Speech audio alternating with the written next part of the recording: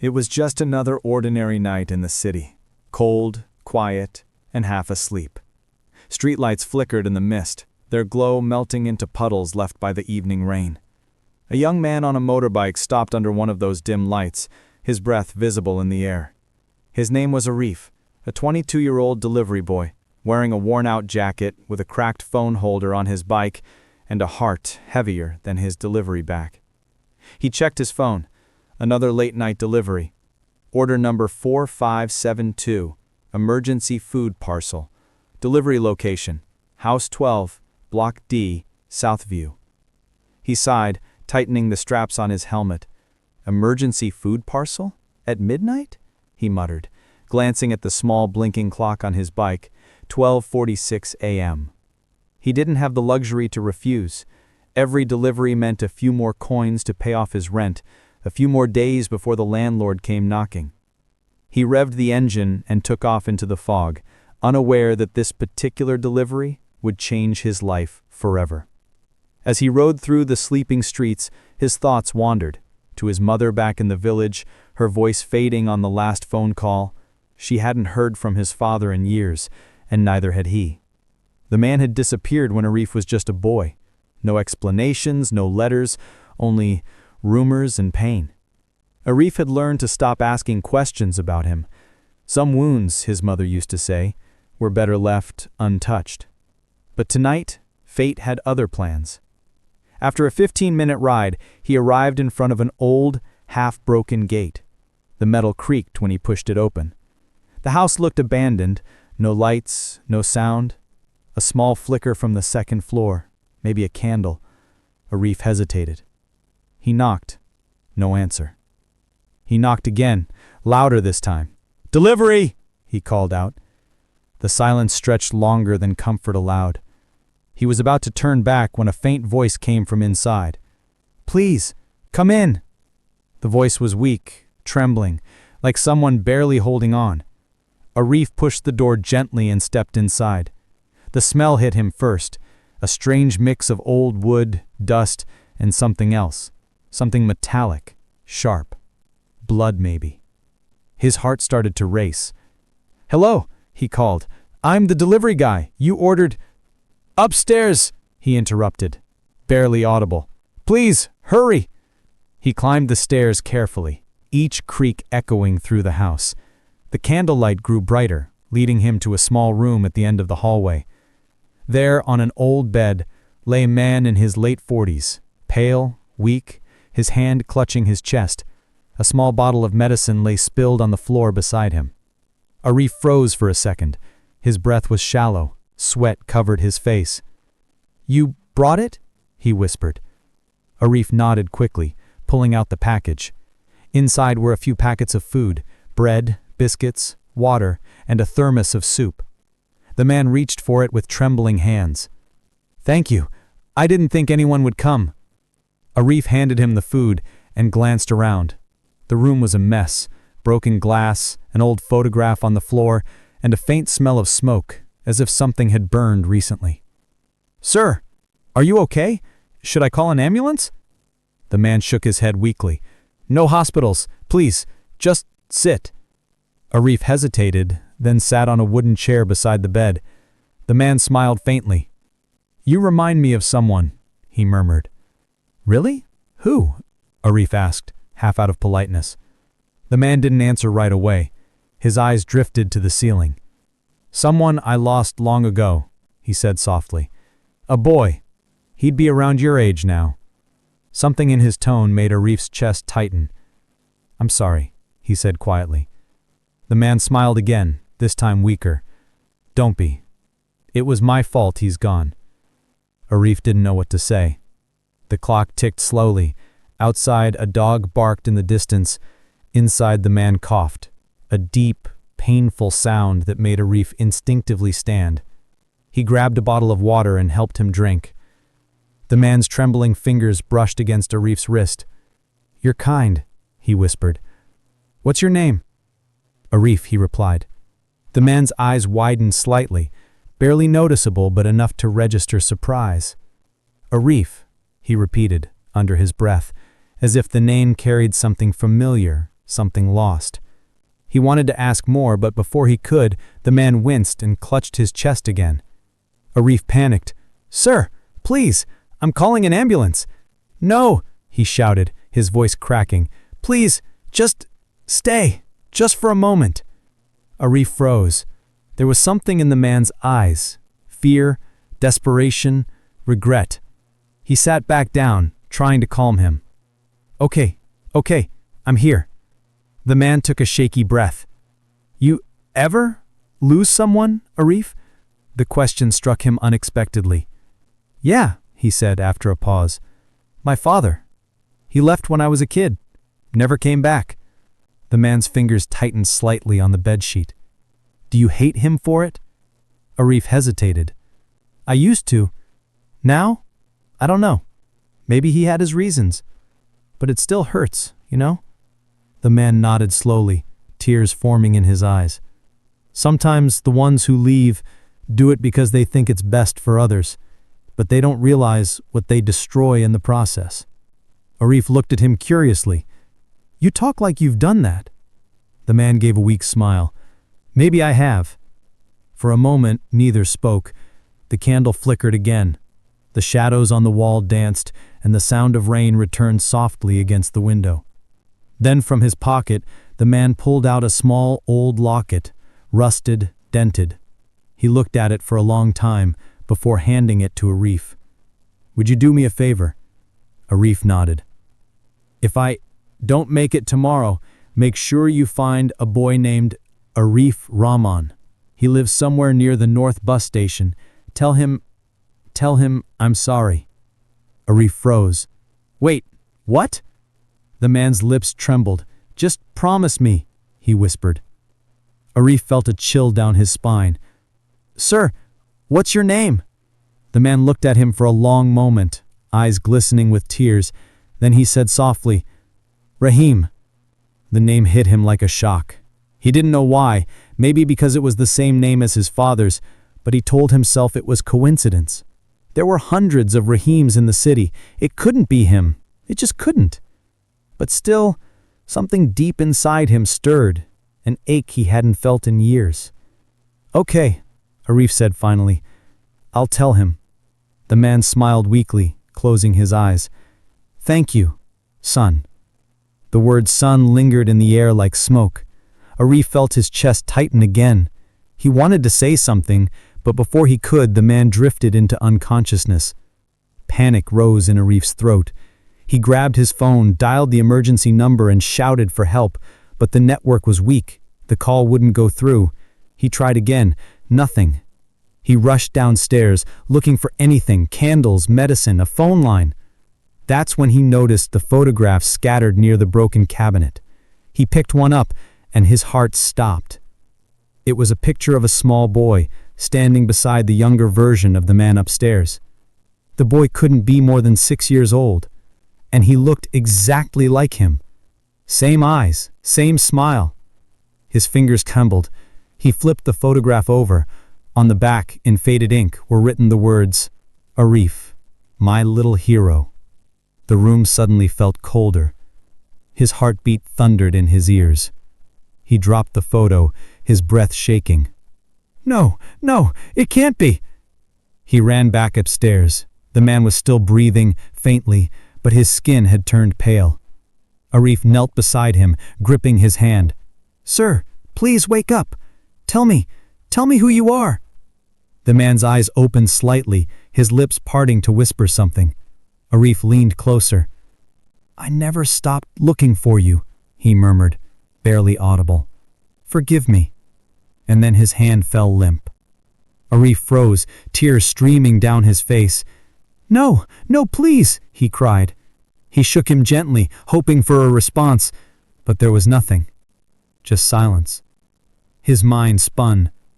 The house felt suffocating. He stumbled back, staring at the man, his father, lying lifeless before him. The same man he had just unknowingly saved. He had saved his father's life without even knowing it. But had he saved him in time? He reached for the old locket, still in his hand. Inside was a small folded piece of paper. He opened it, and the words blurred through his tears. "If I don't make it, tell Arif. I'm proud of him." The night grew darker. Somewhere outside, thunder rolled softly over the city. Arif sat in silence beside the body, his heart breaking, his mind refusing to believe what had just happened. He had found his father, not through years of searching, not through fate's mercy, but through a food delivery on a stormy night. And as he sat there, the clock ticked 2:01 a.m. That's when he noticed something, the faintest movement from the man's chest. A shallow breath. Arif gasped, "You're alive!"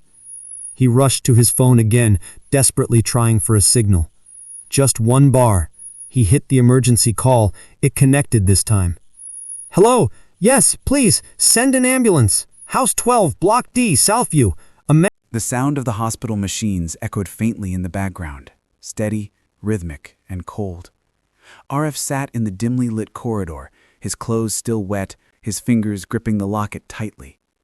Every now and then, his eyes drifted toward the small glass window of the ICU, where his father lay surrounded by tubes and wires. It didn't feel real. Just a few hours ago, he was delivering food to a stranger. Now that stranger was his father, the man he had searched for in dreams, cursed in anger, and longed for without even realizing it. He rubbed his tired eyes, the images flashing in his head, the old house, the candlelight, the photograph, the voice whispering his name. The doctor's words echoed again, "He's alive, but barely." As dawn turned to morning, a nurse approached him. "You're the patient's son, right?" Arif nodded weakly. "You need to fill out some forms," she said gently, "and pay in advance if possible. He'll need observation for at least 48 hours. Arif's heart sank. He had barely enough money for rent. His pockets were nearly empty, but this wasn't something he could walk away from. He said, "I'll arrange it." He stepped outside into the pale morning light. The city was just waking up, traffic slowly returning, vendors setting up, life continuing as if nothing extraordinary had happened. But for Arif, everything had changed. He took out his phone and opened his delivery app. His eyes burned from lack of sleep, but he pressed "available for work." There was no time to rest. He needed every coin he could earn. Hours passed. He rode through the city, delivering packages, smiling faintly at strangers, pretending everything was fine, but his mind stayed trapped in that hospital room, with the man lying unconscious, with all the questions he never got to ask. By afternoon, exhaustion hit him hard. He parked his bike outside a tea stall, sipping on a cheap cup of chai. His phone buzzed, a message from the hospital, "Patient Rahim Ahmed showing signs of improvement. You may visit briefly." His heart jumped. He left the cup half-finished and raced back. When he entered the ICU, he saw his father, eyes half open, breathing steadier. The color had returned to his face. Arif stood silently, not sure what to say. The man turned his head slowly. "You came back," he whispered, his voice frail but clear. "Of course," I replied softly. "You scared me." His father managed a faint smile. "I have been scaring people my whole life." Arif let out a shaky laugh, a sound that broke into tears halfway. "Why?" he asked suddenly. "Why did you leave us?" The smile faded from his father's face. His gaze shifted toward the window. "Because I thought I was protecting you." Arif frowned. "Protecting us? From what?" Rahim closed his eyes for a long moment, as if gathering strength. "From myself," he said finally. "From the things I did and the people I crossed." The room felt heavier. Arif stepped closer. "What do you mean?" Rahim's breathing grew uneven again. The nurse nearby gestured for Arif to keep it short, but he needed answers. "Dad," he said for the first time, a word that felt both foreign and familiar on his tongue. "What happened to you?" Rahim's eyes filled with tears. "I can't tell you everything. Not yet. But there's something you need to know. Someone might come looking for me. If they do, don't trust them. Promise me." Arif's stomach twisted. "Who? What are you talking about?" But before Rahim could answer, the machines beeped rapidly. The nurse rushed in, pushing Arif aside. "He's losing consciousness again. Please step out." Arif stumbled back, his heart pounding. He watched as the doctors gathered, their voices blurring. He couldn't move, couldn't breathe. Minutes later, one of the doctors came out. "He's stable again," he said, "but he shouldn't be stressed. Let him rest." Arif nodded, but his mind was far from calm. Someone might come looking for me. The words replayed in his head. That night he didn't go home. He stayed on the hospital bench, half asleep, half awake, haunted by fragments of memories. His father's laughter when he was a boy, the sound of his mother crying, the emptiness that followed. The next morning, the doctor called him to the office. "We'll be discharging him in 2 days if recovery continues, but I'd suggest keeping him somewhere calm." "Calm?" Arif repeated. "He doesn't have anywhere to go." The doctor hesitated. "Then take him home, if you can." "Home?" The word carried weight. Arif lived in a single rented room, barely big enough for himself, but he nodded anyway. "I'll manage." 2 days later, he helped his father out of the hospital, walking slowly beside him. The morning sun touched their faces, and for a brief moment, Arif felt something warm, a sense of peace he hadn't felt in years. But it didn't last long. On the way to his apartment, he noticed a black car parked near the corner of the street. It wasn't unusual, except the same car had been there when he left for work the day before. He glanced in the mirror. The car started moving slowly behind them. "Arif," he whispered, "do you know that car?" Raheem's eyes flicked toward it, and his face went pale. "Keep riding," he murmured. "Don't stop. Don't look back." Arif's pulse quickened. "Who are they?" Raheem gripped his shoulder. "Just trust me. Keep going." They turned down a narrow alley. The car followed, its engine low and steady. Arif's mind raced. He didn't understand what was happening, but the fear in his father's voice was enough for him to obey. When they reached a small market road, Raheem said sharply, "Stop here." "What? Why?" "Do it." Arif braked. His father climbed off, clutching his chest, but determined. "Go home, Arif. Don't wait for me." "What are you talking about? I'm not leaving you." Raheem's voice trembled. "Please, son. I made mistakes. Big ones. But I won't let them touch you." Before Arif could respond, Raheem pushed him away and started walking into the crowd. The car stopped. 2 men stepped out, both wearing black coats, their faces hidden behind sunglasses, despite the sunlight. "Dad!" Arif shouted. Raheem turned back once, his eyes full of apology. Then he disappeared into the marketplace. The men followed. Arif's instincts screamed to go after him, but something held him back. Fear, confusion, maybe both. He called his father's phone. No answer. He tried again. Nothing.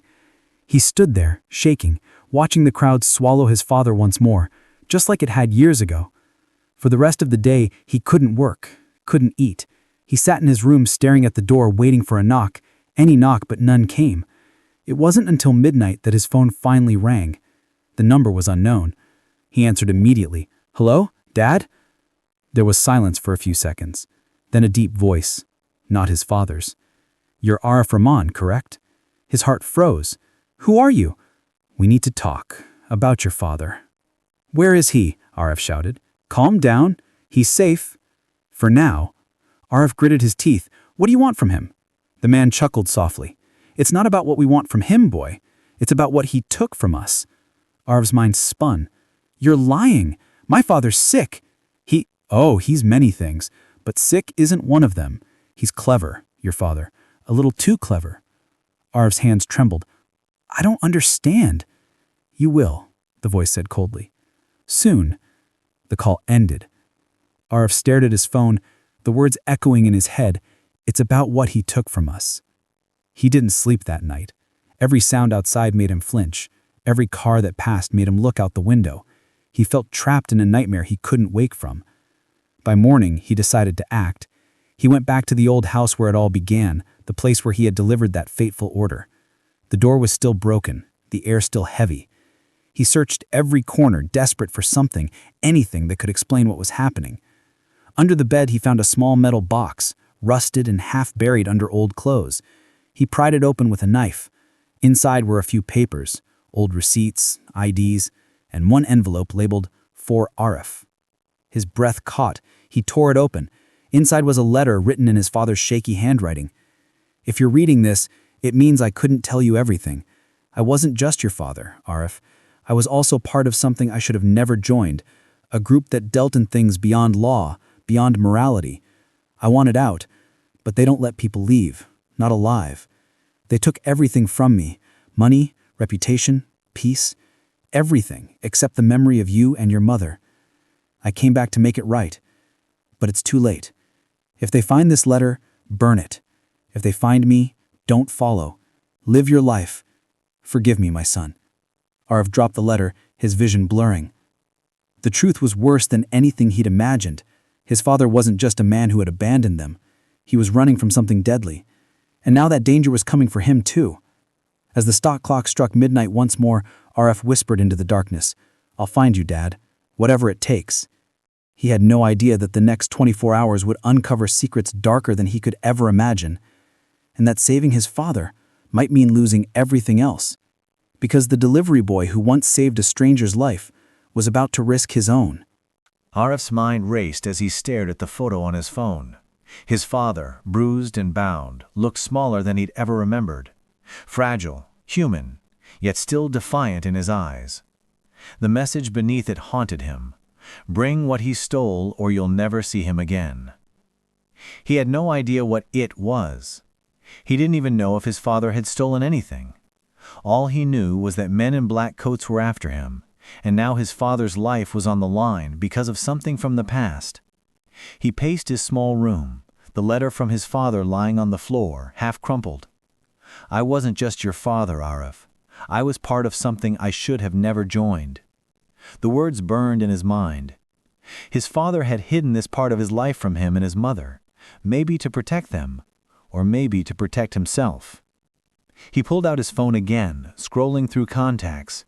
He had no one to call for help, no relatives, no friends who knew anything about this shadowed part of his father's life.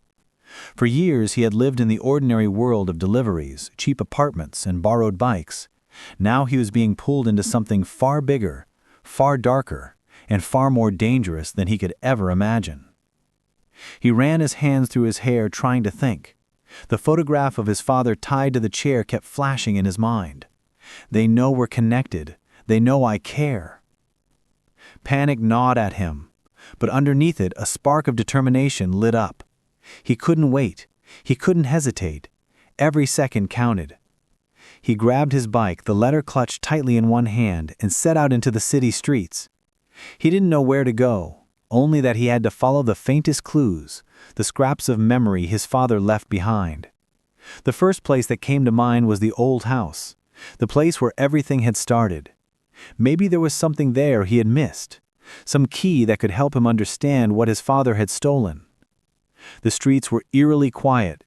Even the usual hum of traffic felt muted under the weight of what he was about to do. He parked the bike near the gate and entered cautiously. Everything looked the same: broken doors, dusty floors, the lingering scent of rain and old wood. He made his way upstairs again, to the room where he had first found his father. The small metal box still lay under the bed as if waiting for him. He opened it once more, this time examining every paper, every receipt, every scrap of evidence. And then he saw it. A small, encrypted USB drive, hidden in the lining of an old jacket. His heart skipped. His father hadn't stolen money or jewelry. He had stolen information. Dangerous information. And now the people chasing him knew Arif was connected. He stuffed the drive into his pocket, knowing that this was what they wanted. But that also meant that he was the only one who could save his father. Outside, the black car waited, engine running silently. The same men. They had been tracking him. Arif felt a chill, but he didn't back down. He mounted his bike, weaving through the narrow streets, keeping his eyes on the mirrors. Suddenly, the car accelerated, keeping pace. Two men leaned out, shouting something he couldn't hear over the wind. Arif's hands tightened on the handlebars. Every instinct screamed at him to escape, to hide. But he knew, if he ran now, his father might pay the price.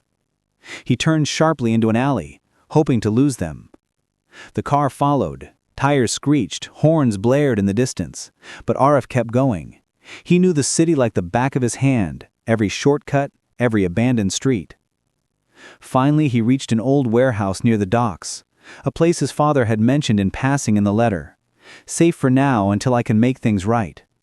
He had to hope it was still safe. He pushed open the rusted doors and slipped inside. Darkness enveloped him. He could hear the faint drip of water from the ceiling, the scurry of rats. Somewhere in the distance, the faint sound of the river lapping against the dock. He set the bike aside and took out the USB drive. The device pulsed faintly, indicating it held files. His mind raced, encrypted files dangerous enough for his father to risk his life. If these men got them, no one would be safe. Suddenly a voice echoed in the darkness. "Looking for me?" Arif froze.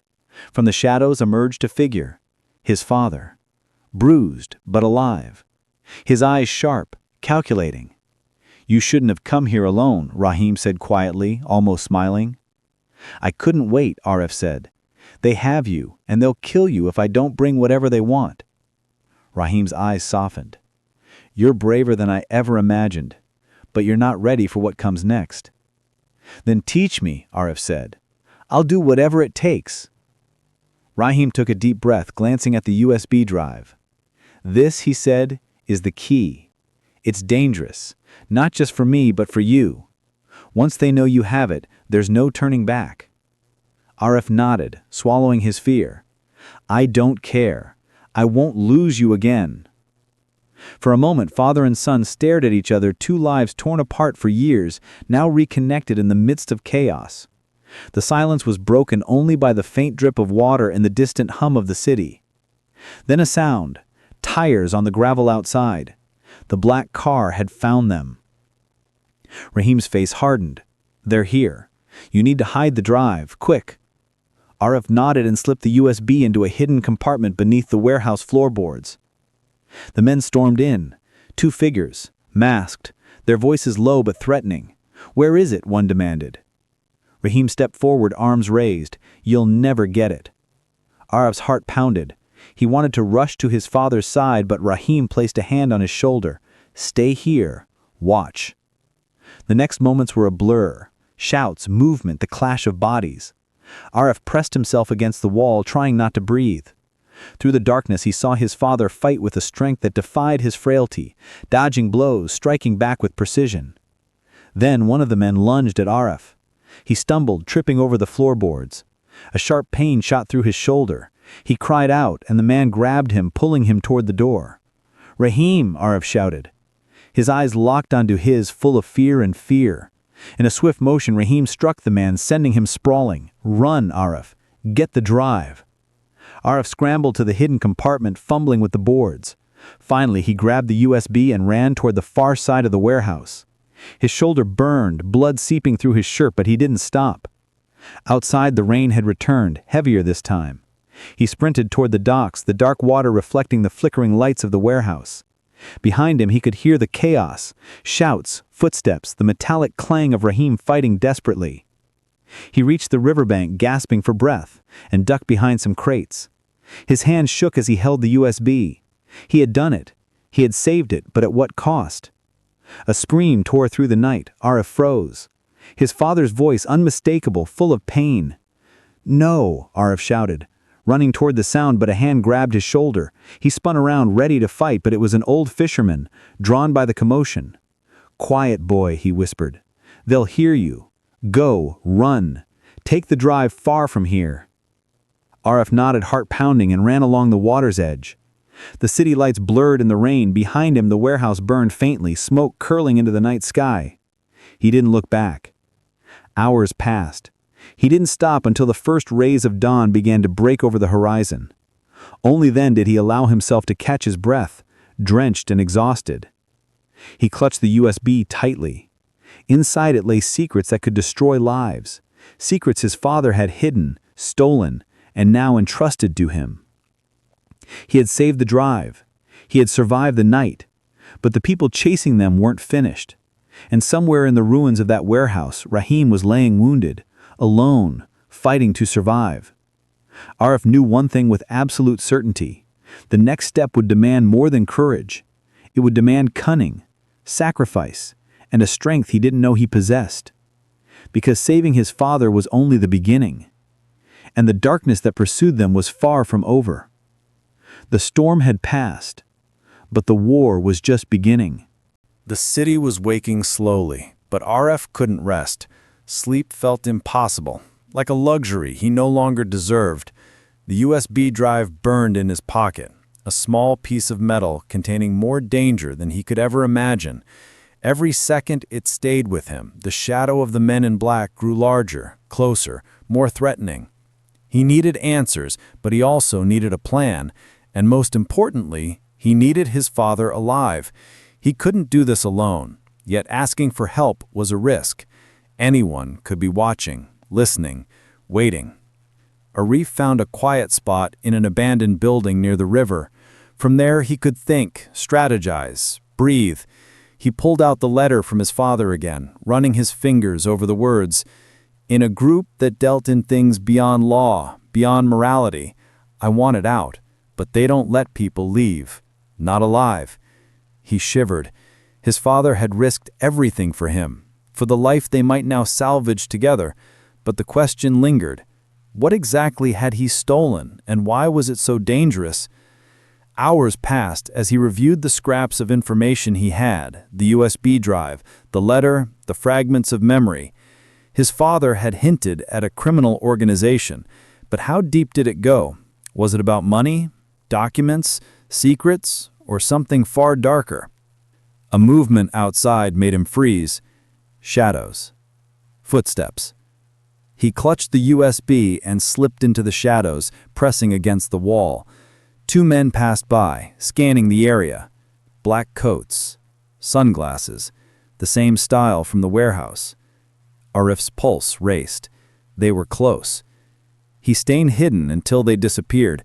Then he ran, careful to avoid the main streets, ducking through alleys, under bridges, anywhere he could remain unseen. By evening, he reached a small cyber cafe he knew, quiet, almost abandoned, but with working computers. He rented a private booth, plugging in the USB drive. His hands trembled as files began to appear on the screen. Folders upon folders, names, transactions, locations. Some were encrypted beyond comprehension. Others were photographs, meetings, handshakes, exchanges, faces, blurred signatures, documents. And then one folder stood out. Operation Eclipse. He clicked on it. The files opened to reveal something far more dangerous than he had imagined. Maps of underground networks, bank accounts, hidden safe houses, and photographs.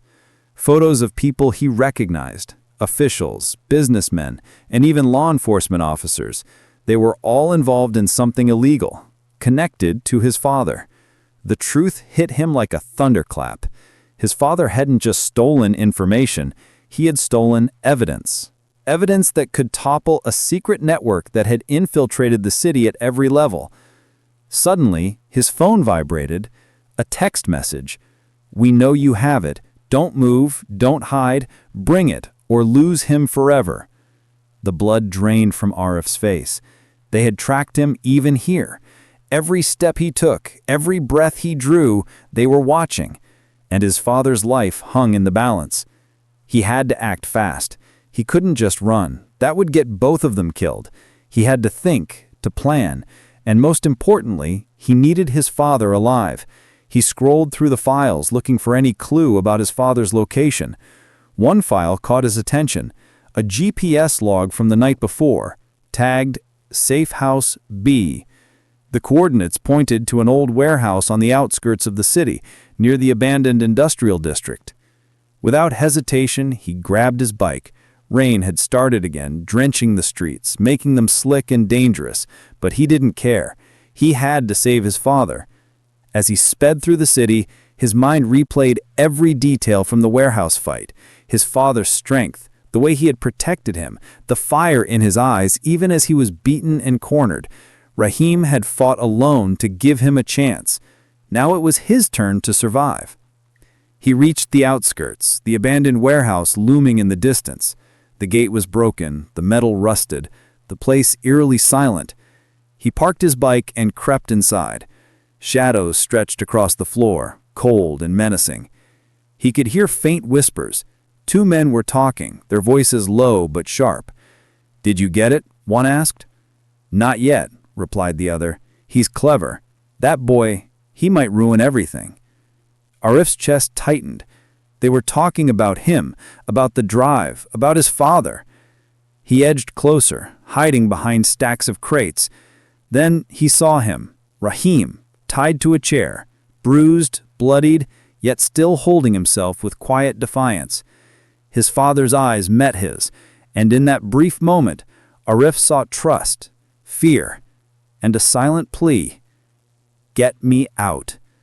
Arif's hand shook, but he tightened his grip on the USB drive. This was it. No turning back. He took a breath, calculated the distance, and charged. The first man turned, surprised. Arif swung a wooden plank, knocking him aside. The second lunged at him. He ducked, grabbed a heavy chain from the floor, and swung it with all his might. Time slowed. Every movement mattered. Every second could mean life or death. Rahim watched, pride and fear battling in his eyes. "Arif, behind you!" he shouted. A third figure emerged from the shadows. Arif had barely time to react. The chain hit the man, sending him sprawling. He rushed to his father, cutting the ropes with a knife he found on the ground. "Dad," he cried. "Arif, you found me," he whispered hoarsely. "Now, we leave. Now." But the men weren't finished. The first two were getting up, enraged. Arif grabbed his father's arm, supporting him. They ran towards the back exit, but a fourth man appeared, blocking their path. "Going somewhere?" he sneered, gun in hand. Arif froze.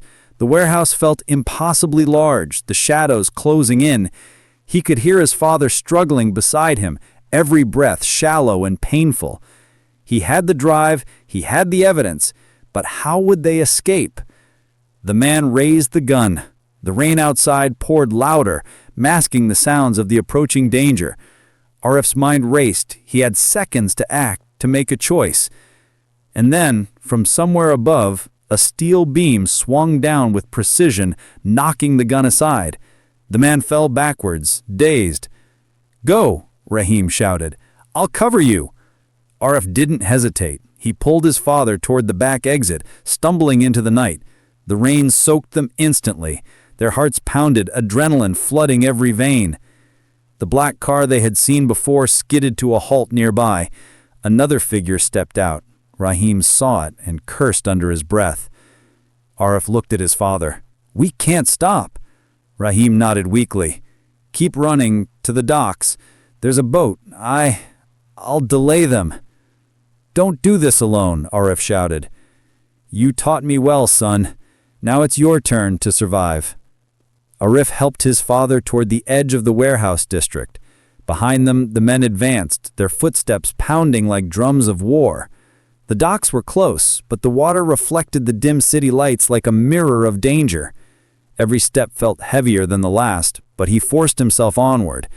And as they reached the edge, a small fishing boat rocked gently, tied to the pier. Arif cut the rope quickly and pushed the boat into the water. "Get in," he shouted. Rahim limped into the boat, wincing with every movement. Arif followed, the USB drive clutched tightly. He untied the boat and pushed off, the cold water splashing over them as they began to drift away from the shore. Behind them, the black car skidded to a stop, the figures frozen in the rain, watching the escape. For the first time in hours, Arif allowed himself to breathe, but relief was fleeting. He looked at his father, weak but alive. "We made it," he whispered. Rahim shook his head slightly. "Not yet. They'll keep coming. This is only the beginning." The city lights faded behind them as the boat drifted into the darkness. Rain poured, mixing with sweat, blood, and tears. Arif gripped the USB drive. The secrets it held, the danger it promised. It was far from over. But he knew one thing. No matter what came next, he would not lose his father again. Because sometimes the smallest delivery can change everything. And sometimes the person you save without knowing is the one you were born to protect. The storm had passed, but the shadows were far from gone. And in the distance, unseen, the figures watched, waiting, planning. Arif and his father were free, for now. But freedom, in their world, was always temporary.